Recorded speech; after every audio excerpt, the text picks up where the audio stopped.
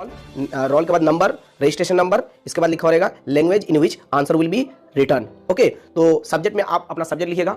अगर first day exam देने जाते हैं तो आपके बंगाली हो सकते हैं फर्स्ट लैंग्वेज। आपको माध्यमिक परीक्षा में इस तरह का आंसर शीट मिलेंगे। सबसे पहले लिखा रहेगा क्या, सब्जेक्ट, उसके बाद लिखा रहेगा नेम। बहुत सारे स्टूडेंट ये करते हैं कि आंसर शीट में रुपए अंदर रख देते हैं। तो बंगाल में उद्योग का विकास हुआ, बंगाल में मेरा शिक्षा के उन्नति हुए। तो हम क्या करते हैं, जैसे एक स्टूडेंट फेमस हो गया तो आप अगर फेमस होना चाहते हैं तो आप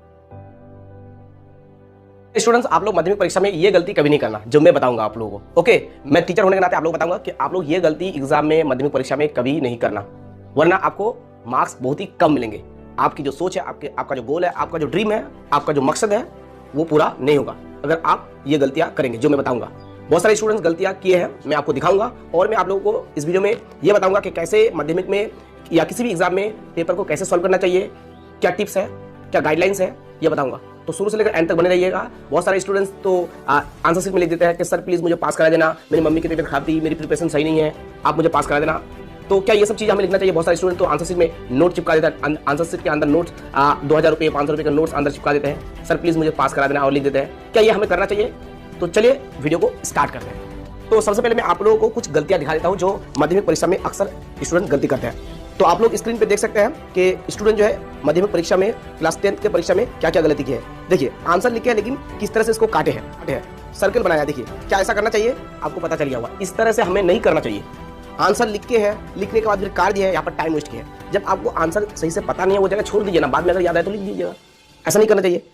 फिर आंसर लिख करके फिर उसको सर्कल बना करके काटे हैं। क्या इस तरह से काटना चाहिए? अगर आपको काटना ही है तो ऐसे ऐसे करके काटना चाहिए, कि नहीं? ऐसे ऐसे करके काटना चाहिए, क्रॉस करना चाहिए, इस तरह से काट दिया, ठीक है। और देखिए सबसे ऊपर लिखा है दुरुस्त जवाब का इंतखाब करें, यानी कि चूज द करेक्ट आंसर। ये लिखना जरूरी नहीं है। ये क्यों लिखेंगे आप? ये आंसर शीट है, ये सब लिखना जरूरी नहीं है। ओके, तो स्टूडेंट्स ये गलती करते हैं, आप ये गलती नहीं कीजिएगा। ओके, अगर रॉन्ग है तो ऐसे सीधे काट दीजिएगा। ओके, या फिर बहुत ज्यादा रॉन्ग गया तो क्रॉस कर देना है। ओके, अच्छा, और भी आपको मैं गलती दिखा रहा हूं।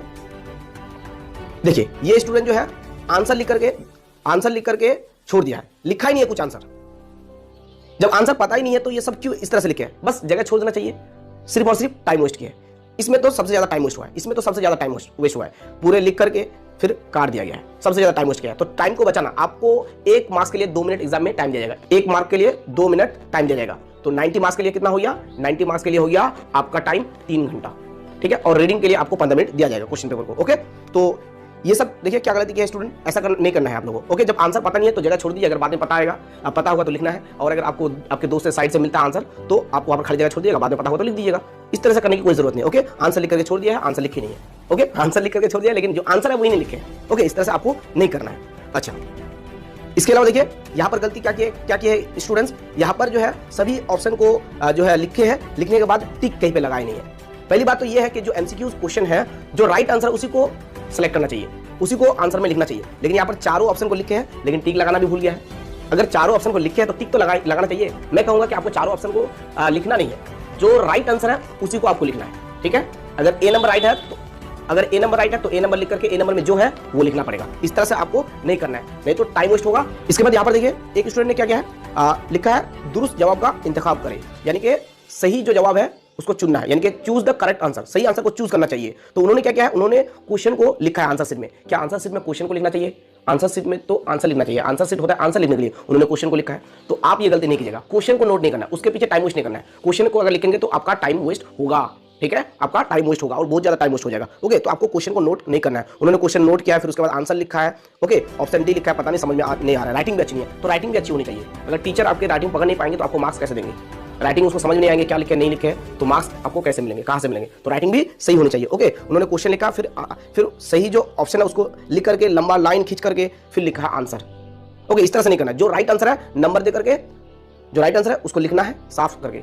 ओके, तो गलत किया बहुत सारे, ठीक है, तो आप क्वेश्चन को नहीं लिखेगा। अच्छा, और भी मैं आपको मिस्टेक दिखाता हूं, बहुत सारे मिस्टेक किया है स्टूडेंट्स ने।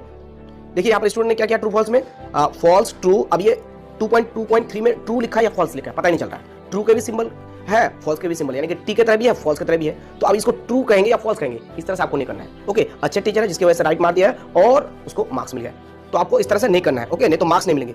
इसके बाद इस पेज को देखिए, स्टूडेंट ने क्या किया है, देखिए पेज बचाया। आपको पेज बचाने की क्या जरूरत है? आपको कॉपी दे रहे हैं, सरकार दे रहे हैं, पेज अवेलेबल है, पेज बचाने की कोई जरूरत नहीं है। आपको इस तरह से नहीं लिखना है। ओके, इस गलती को देखिए, इस पेज में देखिए एक स्टूडेंट ने क्या किया है, आंसर इंग्लिश में लिखा है, यानी कि हिंदी और इंग्लिश को मिला के लिखा है। देखिए बंगाल में उद्योग का विकास हुआ, बंगाल में मेरा शिक्षा के उन्नति हुए। तो हमको इंग्लिश में लिखना चाहिए। और दूसरी गलती ये है, देखिए उन्होंने जो यहाँ पर जो रॉन्ग है उसको जो काटा इस तरह से काटा है ताकि समझ में नहीं आए कि क्या लिखा है। ऐसे नहीं काटना है। ओके, मिस्टेक हो गया तो ऐसे करके सीधे करके काटना है। एक लाइन आपको खींचना है, उसको काटना है। ओके, इस तरह से काटना नहीं, आप समझ सकते हैं। ओके, तो आप लोगों को इंग्लिश में नहीं लिखना है। आपकी जो लैंग्वेज है उर्दू है तो उर्दू में लिखना है, बंगाली है तो बंगाली में लिखना है, नेपाली है तो नेपाली में लिखना है। ओके, आप अगर हिंदी मीडियम है तो हिंदी में लिखना है, इंग्लिश मीडियम से है तो इंग्लिश में लिखना है। आपको इंग्लिश में नहीं लिखना है। ओके, इंग्लिश में आप आंसर नहीं लिख सकते हैं। इसके बाद देखिए इस पेज में मैप पॉइंटिंग में क्या क्या है, स्टूडेंट एक बूंद दिया है, एक डॉट दिया और उसको वहीं पर नाम लिख दिया। इस तरह से नहीं करना है। डॉट देकर के चारों तरफ से राउंड करके उसको क्या करना है, बाहर ले जाकर लिखना है और पेंसिल से करना है आपको ये काम। लेकिन उन्होंने क्या क्या पेन से किया और डॉट दिया है, बस उसी डॉट से काम चलाया है, उस वहीं पर डॉट देकर वहीं पर नाम लिखा है। ऐसा नहीं करना चाहिए। डॉट देकर के चारों तरफ से राउंड करके उसके बाद आपको क्या करना है, आपको बाहर नाम लिखना है। ओके, और बहुत सारे स्टूडेंट्स क्या करते हैं, ये मैं नेट से निकाला हूँ, ठीक है। बहुत सारे स्टूडेंट ये करते हैं कि आंसर शीट में रुपए अंदर रख देते हैं, तो रुपए नहीं रखना चाहिए। टीचर को बहुत गुस्सा आता है। टीचर के पास क्या पैसे नहीं है, बहुत पैसे है उसके पास। वो 80,000 रुपये 60,000 रुपये सैलरी पाते हैं, तो आपके ये 500-100 रुपये के लिए वो मोहताज नहीं है। तो आपको ऐसा नहीं करना चाहिए। ओके, आपको ऐसा नहीं करना चाहिए। कभी भी आप आंसर शीट के अंदर नोट्स, पैसे, रुपए वगैरह मत रखिए। ओके, आपके पैसे के मोहताज नहीं है सर। और कभी मत लिखिए कि सर प्लीज़ पास करा देना, सर मेरे मम्मी की तबीयत खराब थी, मेरी पढ़ाई अच्छी नहीं चल रही थी, सर ये था वो था, ये प्रॉब्लम थी वो प्रॉब्लम थी, ये नहीं लिखना है। आपको वहाँ पर सिर्फ आंसर लिखना है, आंसर शीट में आंसर लिखना है, इसके अलावा कुछ नहीं लिखना है। ओके, और बहुत सारे स्टूडेंट क्या करते हैं, जैसे एक स्टूडेंट फेमस हो गया तो आप अगर फेमस होना चाहते हैं तो आप भी लिख देना। ओके, लेकिन मैं कहूँगा कि नहीं लिखेगा। ओके, पुष्पाराज अपन लिखेगा नहीं साला, फिल्मी डायलॉग लिखा है आंसर शीट में, फिल्मी डायलॉग लिखा है। क्या ये लिखना चाहिए? नहीं लिखना चाहिए। आंसर शीट फिल्मी डायलॉग के लिए नहीं है, आंसर के लिए है। जो क्वेश्चन पूछा गया उसका आंसर करना है, फालतू की चीजें नहीं लिखना है। ओके, फालतू की चीजें नहीं लिखना है। तो बहुत सारे स्टूडेंट्स ये सब गलती की है। मैं नहीं चाहता हूं कि आप इस तरह की गलती को दोहराएं। तो उम्मीद है कि आप इस तरह की गलती नहीं करेंगे। आपको माध्यमिक परीक्षा में इस तरह का आंसर शीट मिलेंगे। सबसे पहले लिखा हुआ रहेगा क्या, सब्जेक्ट, इसके बाद लिखा हुआ रहेगा नेम, रोल, रोल के बाद नंबर, रजिस्ट्रेशन नंबर, इसके बाद लिखा हुआ रहेगा language in which answer will be return. Okay, तो सब्जेक्ट में आप अपना सब्जेक्ट लिखिएगा।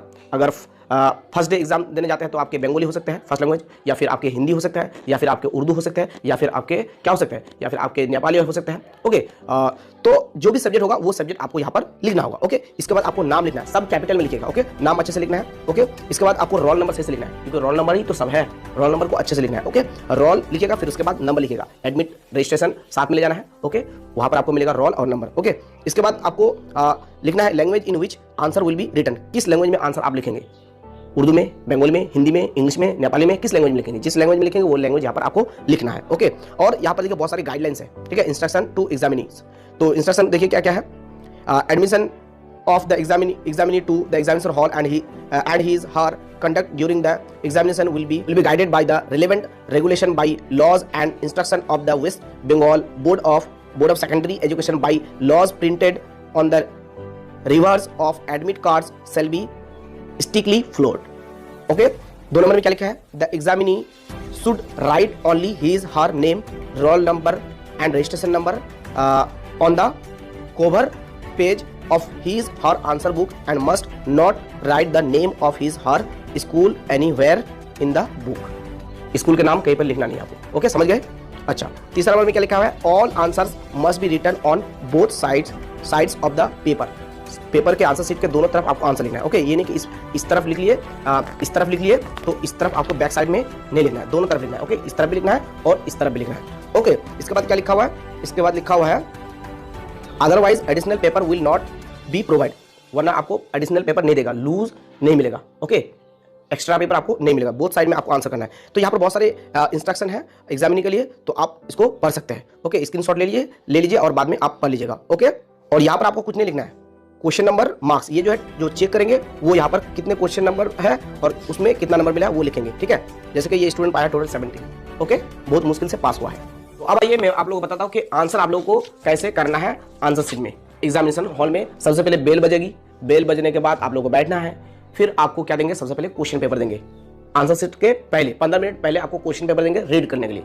उसको रीड कर लेना अच्छे से, 15 मिनट के अंदर ही रीड कर लेना है। ओके, रीड करने के बाद आपको क्वेश्चन पेपर देने के बाद रीड कर लेंगे, रीड करते वक्त आपको मिल जाएंगे answer sheet. Okay, answer sheet मिलेंगे इस तरह के, मैंने आपको दिखाया आंसर शीट इस तरह के मिलेंगे। उसमें आपको subject, name, roll number, registration number और किस लैंग्वेज में आप जो है आंसर लिखेंगे वो लिखना है। ओके, इसके अलावा और कुछ नहीं लिखना उसमें। ओके, लिखने के बाद आपको क्या करना है, इसको मार्जिन कर लेना है। मार्जिन कैसे करेंगे, मार्जिन आपको देखिए, कोई स्टूडेंट जो पेंसिल से मार्जिन करता है, स्केल और पेंसिल के वजह से मैं आपको कहूंगा कि इस तरह से मार्जिन कीजिएगा। देखिए यहाँ पर छेद मिलेगा ना, छेद को ऐसे यहाँ ऐसे पकड़ना है, इस तरह से मार्जिन कीजिएगा। इस तरह से मार्जिन करने से आपका टाइम वेस्ट नहीं होगा। क्या वेस्ट नहीं होगा, बोलिए, टाइम वेस्ट नहीं होगा। ठीक है, इस तरह से मार्जिन करना है, फिर इधर से पकड़ना है, इधर से पकड़ना है, ऐसे आपको मार्जिन कर लेना है। ओके, फिर ऐसे पकड़ना है, इधर से आपको मार्जिन कर लेना है। ओके, अगर आप स्केल पेंसिल से मार्जिन करेंगे तो आपका बहुत टाइम वेस्ट हो जाएगा, 3-4 मिनट चला जाएगा। तो 4 मिनट जो है एग्जाम के लिए बहुत ही ज़्यादा इंपॉर्टेंट है। ओके, तो इस तरह से आपको मार्जिन कर लेना है, इस तरह से अच्छे से मार्जिन कर लीजिएगा। मैं अभी आप वीडियो को जल्दी शूट करने के लिए, टाइम वेस्ट नहीं करने के लिए जो है मैं इस तरह से कर रहा हूँ अभी। ठीक है, इस तरह से मार्जिन कर लीजिएगा। मार्जिन करने के बाद यहाँ पर तो आप अपना नाम, सब्जेक्ट और रोल नंबर, रजिस्ट्रेशन नंबर वगैरह लिख लेंगे। ओके, आपको इस पेज को उलटना है, यहाँ पर कुछ नहीं लिखना है इस पेज में। ठीक है ना, इस पेज में कुछ नहीं लिखना है। ओके, आपको इस पेज से आंसर लिखना शुरू करना है। आंसर मार्जिन के इधर, मार्जिन जो छोड़े है, मार्जिन को छोड़ के आपको आंसर लिखना है। ठीक है ना, यानी कि इसमें आपको आंसर करना है। ये सब में आपको आंसर नहीं करना है, ये सब में लिखना नहीं है। ओके, ये सब में लिखना नहीं है। ऐसा नहीं कीजिएगा कि आंसर लिखते लिखते आपकी जगह नहीं है तो चलो थोड़ा मार्जिन जो छोड़ दे उसमें ही लिख देते हैं। नहीं, उसमें नहीं लिखना है। क्यों नहीं लिखना है, अगर उसमें लिख देंगे तो बहुत सारे कॉपी होंगे ना, आंसर से तो बहुत सारे होंगे, तो उसको बांध दिया जाएगा, बांध करके ले आया जाएगा। तो बांध के ले जाने से अगर रस्सी से थोड़ा सा टाइट किया जाएगा ना, तो अगर रस्सी को टाइट किया जाए तो ऐसे अगर फट जाए तो तुम्हारा आंसर जो मतलब जो आप लिखे हैं वो समझ में नहीं आएगा कि क्या लिखे हैं। ठीक है ना, जब चेक करेंगे तो इसलिए आप कुछ नहीं लिखिएगा मार्जिन में, मतलब मार्जिन में आप लिखिएगा ही नहीं। आप नीचे आ जाइएगा या फिर आप पेज को उलाट दीजिएगा, दूसरे पेज में लिखिएगा। मार्जिन में आपको लिखना नहीं है। ठीक है, किसी वजह से अगर पेज फट गए तो आप मतलब समझ में नहीं आएगा कि आप क्या लिखें, फिर तो लिखना बेकार है। तो इसलिए आप लोग मार्जिन में लिखिएगा नहीं। ओके, मार्जिन छोड़ना है और मार्जिन में लिखना नहीं है। और एक चीज, मार्जिन में आपको इसलिए भी नहीं लिखना है क्योंकि मार्जिन में अगर लिखेंगे आप तो वो ढक जाएगा, क्योंकि ये जो सुराख है, ये जो छेद है, ये बांधने के लिए है। क्योंकि लूज जो लेंगे, एक्स्ट्रा एडिशनल पेपर जो लेंगे वो साइड में लगा करके बांधने के लिए है। तो अगर मार्जिन में आप लिखेंगे तो ये बांधा हुआ रहेगा। बांधा हुआ रहने से क्या होगा, ये जो है इस तरह से पेज उठेगा। इस तरह से उठने से यहाँ पर आप अंदर लिखे तो ये दिखाएगा नहीं ना, ये दिखेगा नहीं कि आप क्या लिखे, कितना नंबर का आंसर लिखे, क्या लिखे, समझ में नहीं आएगा। तो आपको मार्जिन छोड़ के लिखना है। क्या करना है, मार्जिन छोड़ के लिखना है। ओके, तो मार्जिन छोड़ के लिखिएगा। ओके, और आपको क्या करना है, आपको जो आंसर करना है, आंसर आपको सीरियल वाइज करना है।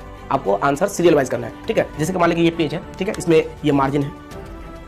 ठीक है, ठीक है, ये क्या हो गया, ये मैंने मार्जिन छोड़ दिया। अच्छा, अब आपको आंसर करना है तो आपको आंसर सीरियल वाइज करना है। ठीक है, एक के एक आंसर। एमसीक्यूज होगा तो जो राइट आंसर है, 4 ऑप्शन में, 4 ऑप्शन में मान लीजिए बी नंबर राइट है तो बी नंबर को लिखिएगा। बी नंबर लिखने के बाद आपको क्या करना है, सिर्फ बी नहीं लिखना है, बी के साथ बी में क्या है, जो आंसर राइट है बी नंबर वाला, बी में क्या है वो भी लिखना है। मान लीजिए बी में है, मान लीजिए कि डायमीटर है, चलिए क्या है, डायमीटर है। ओके, लिख दिए। इसके बाद आपको 1.2 में आना है, सीरियल वाइज आंसर करना है, सीरियल वाइज। ओके, जिससे क्या होगा, जिससे जो चेक करेंगे कॉपी उसको परेशानी नहीं होगी और आपको मार्क्स फुल मिलेगा।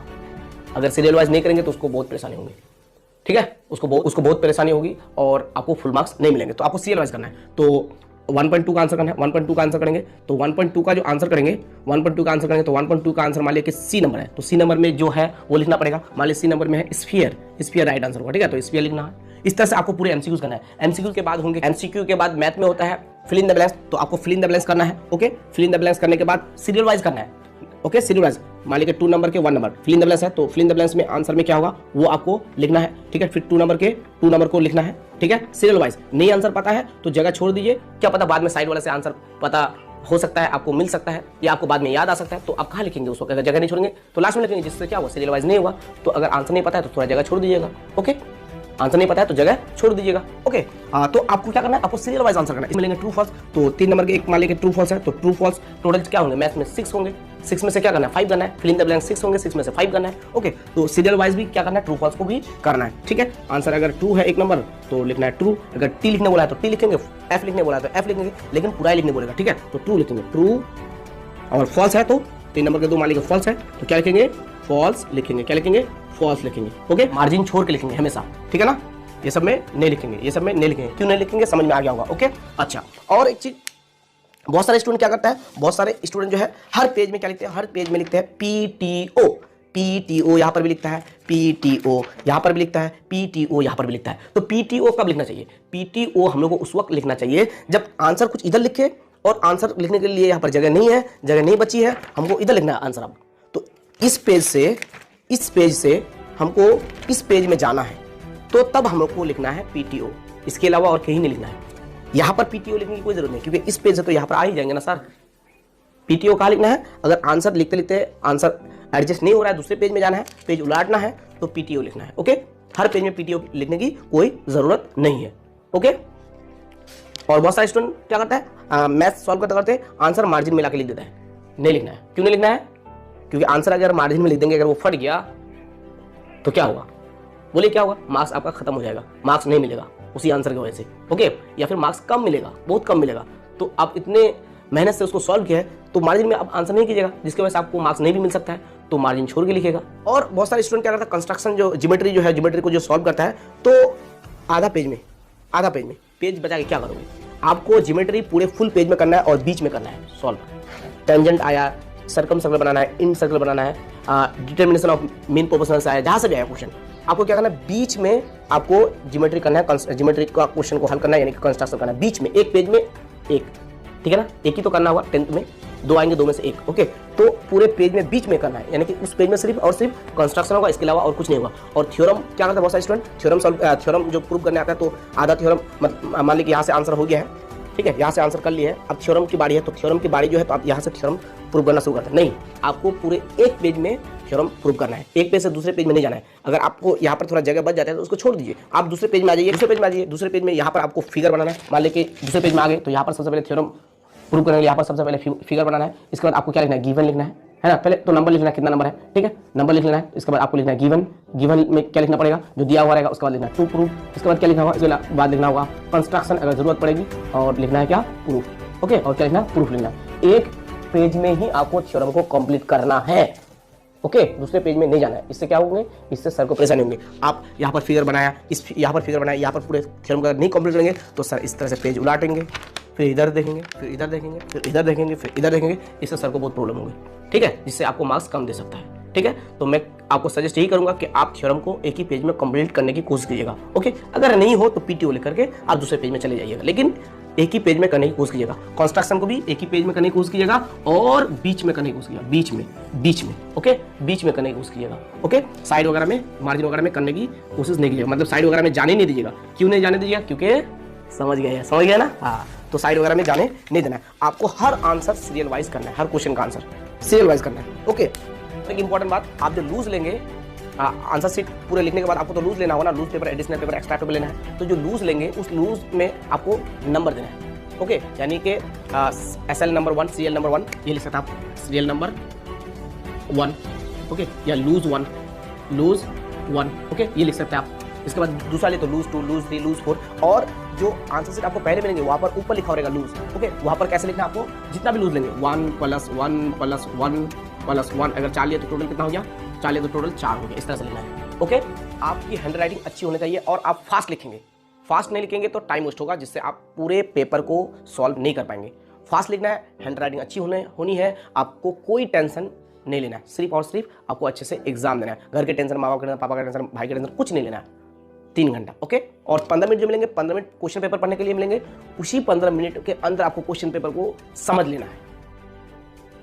और क्वेश्चन पेपर के एक साइड में क्या होगा, एक साइड में आपका जो जिस लैंग्वेज से आप बिलोंग करते हैं, अगर उर्दू लैंग्वेज से बिलोंग करते हैं, एक साइड उर्दू होंगे और एक साइड इंग्लिश होंगे। अगर आप हिंदी मीडियम से है तो हिंदी में होंगे क्वेश्चन पेपर, और इंग्लिश में भी होंगे। अगर हिंदी में समझने में प्रॉब्लम हो तो इंग्लिश में देख सकते हैं, या इंग्लिश में समझने में प्रॉब्लम हो तो हिंदी में देख सकते हैं। जैसे कि ये क्वेश्चन पेपर है ना, ये है मैथमेटिक्स का क्वेश्चन पेपर, तो यहाँ पर बंगाली में है तो इधर इंग्लिश में भी है, तो आपको बंगाली में भी मिलेंगे, इंग्लिश में भी मिलेंगे। अगर हिंदी मीडियम से हो हिंदी में भी मिलेंगे, उर्दू में मिलेंगे। अगर उर्दू मीडियम से हो उर्दू में भी मिलेंगे और इंग्लिश में भी मिलेंगे, इंग्लिश रहेंगे ही। ओके, अब एक इंपॉर्टेंट चीज सुनिए, किसी भी मैथ में अगर आप अटक जाते हैं सॉल्व करते करते तो उसको छोड़ ही दीजिएगा। एक बार ट्राई कीजिएगा, 2 बार कीजिएगा, 2 बार के बाद और नहीं कीजिएगा। ठीक है, उसको छोड़ ही दीजिएगा, क्योंकि मेरे साथ ऐसा हुआ है। एक मैथ मुझसे हो नहीं रहा था सॉल्व, मुझे लग रहा था नहीं ये तो मुझसे होगा, ये तो मुझसे होगा, ये तो नहीं, ये तो गलत होना नहीं चाहिए, लेकिन बार बार गलत हो जाता है, जिससे मेरा टाइम बहुत वेस्ट हो गया एग्जाम में। तो इसीलिए मैं आपको सजेस्ट करता हूं कि आपका अगर कोई मैथ सॉल्व नहीं होता है, मिस्टेक हो जाता है, और आपको लग रहा है नहीं हो जाएगा, लेकिन बार बार रॉन्ग हो जाता है, तो उसको छोड़ दीजिएगा। अगर नहीं छोड़ेंगे ना तो टाइम इस तरह से जाएगा, आपको पता भी नहीं चलेगा कि 3 घंटा कैसे कंप्लीट हो गया। उस क्वेश्चन के चलते हुए आपका बहुत सारे मार्क्स छूट जाएंगे। ओके, टाइम बर्बाद हो जाएंगे, क्योंकि आपको तो 3 घंटे के अंदर ही लिखना है। आपको तो 3 घंटा 1 मिनट नहीं देंगे। ओके, 1 मिनट भी नहीं देंगे।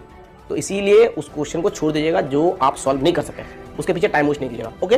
और एक इंपॉर्टेंट बात, आप लोग एग्जाम से पहले 2 घंटा 1 घंटा पहले कुछ नहीं पढ़ना है। जो भी पढ़ना है एग्जाम के पहले ही पढ़ लेना है, यानी कि एग्जाम देने से पहले ही। मान लीजिए कि 1 घंटे के बाद एग्जाम होगा तो 1 घंटा पहले कुछ नहीं पढ़ना है, कूल माइंड रहना है, एकदम शांत रहना है। ओके। कुछ टेंशन नहीं लेना, कुछ भी टेंशन आपको नहीं लेना है। जो क्वेश्चन आएगा देखा जाएगा, कोई टेंशन नहीं लेना है। ओके।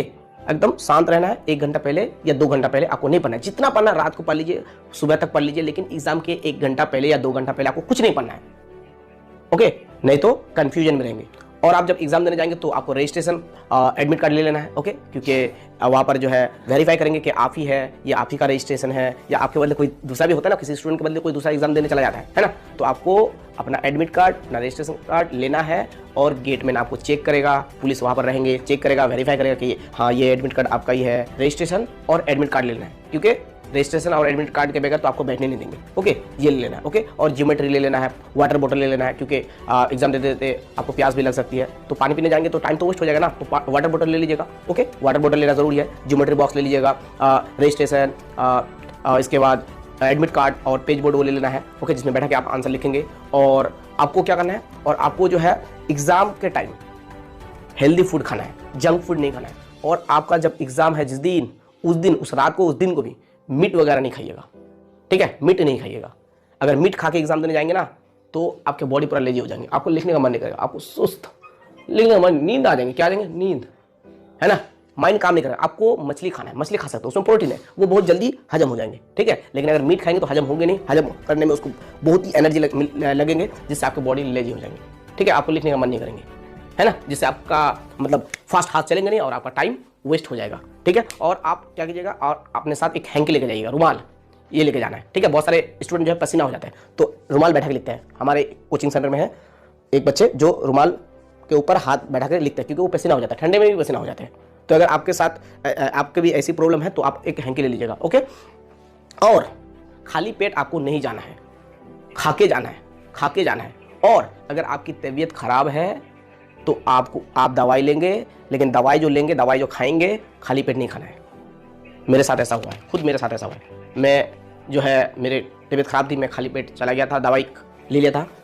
सबको पता होना चाहिए आज के दौर में कि खाली पेट दवाई नहीं खाना चाहिए। तो मैंने खा लिया था, जिसकी वजह से क्या हुआ था, अंदर पेट में गैस हो गया, गैस की प्रॉब्लम हो गई थी, जिसकी वजह से मैं बेहोश हो गया था। तो आप लोगों को क्या करना है, अगर तबीयत खराब है तो खाली पेट नहीं जाना है। तो आपको एग्जाम के टाइम हेल्दी फूड खाना है, जंक फूड नहीं खाना है। ओके। अपने सेहत पे भी ध्यान देना है, और एग्जाम से पहले 1 घंटा 2 घंटा पहले आपको नहीं पढ़ना है। इंपॉर्टेंट बात, जब आपको आंसर शीट देंगे तो आपको तुरंत उसमें नाम, सब्जेक्ट का नाम, रोल नंबर, रजिस्ट्रेशन नंबर नहीं लेना है। सबसे पहले क्या करना है, आपको सबसे पहले देखना है कि आंसर शीट तो कहीं पर फटा हुआ नहीं है, कहीं पर 2 3 4 पेज एक साथ लगा हुआ नहीं है। हो जाता है कहीं फटा हुआ होता है, कहीं पर दाग लगा हुआ होता है, तो आपको पहले चेक कर लेना है कि आंसर शीट तो कहीं पर खराब नहीं है ना।